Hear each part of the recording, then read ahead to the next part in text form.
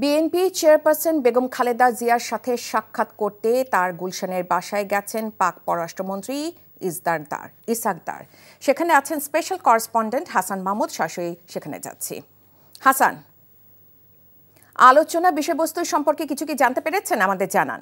ইসহাক দার ঠিক এসে পৌঁছেছেন এইখানে বিএনপি চেয়ারপারসন বেগম খালেদা জিয়ার গুলশানের যে ফিরোজা বাসভবন, সেখানে এসে পৌঁছেছেন। 6:58 তিনি প্রবেশ করেছেন, 7টায় তার প্রবেশ করার কথা এবং তিনি আজকেই চলে যাবেন, বাংলাদেশ ত্যাগ করবেন। তার আগে বিএনপি চেয়ারপারসন বেগম খালেদা জিয়ার সাথে তিনি সাক্ষাৎ করতে এসেছেন এবং আমরা যতদূর এখন পর্যন্ত জানতে পেরেছি বেগম জিয়ার সাথে তার সাক্ষাৎ চলছে এবং এখানে বিএনপি মহাসচিব মির্জা ফখরুল ইসলাম আলমগীর রয়েছেন ভেতরে এবং এছাড়াও ইসহাক দারের সাথে যারা সফর সঙ্গী রয়েছেন তারা রয়েছেন এই বৈঠকে। বিশেষ করে বিএনপির মহাসচিব মির্জা ফখরুল ইসলাম আলমগীরের সাথে গতকালই ইসহাক দার উপপ্রধানমন্ত্রী পাকিস্তানের, তিনি সাক্ষাৎ করেছেন। জামাত নেতা, এনসিপি নেতাদের সাথে সাক্ষাৎ করেছেন। মূলত বিএনপি চেয়ারপারসন বেগম খালেদা জিয়ার সাথে তিনি সাক্ষাৎ করতে এসেছেন, তার শারীরিক অবস্থার সম্পর্কে জানার সহ দুদেশের পারস্পরিক সম্পর্ক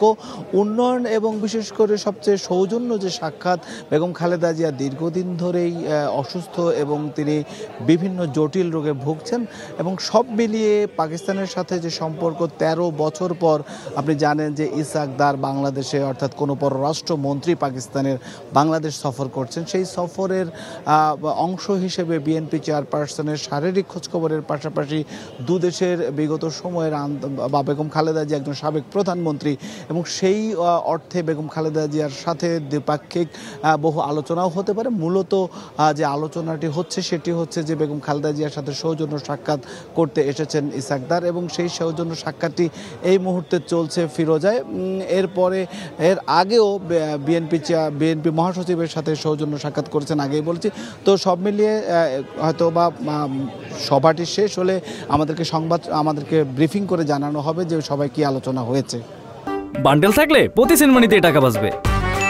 বিকাশ সেনমানি বান্ডেল কিনে জিতুন প্রতি লেনদেনে।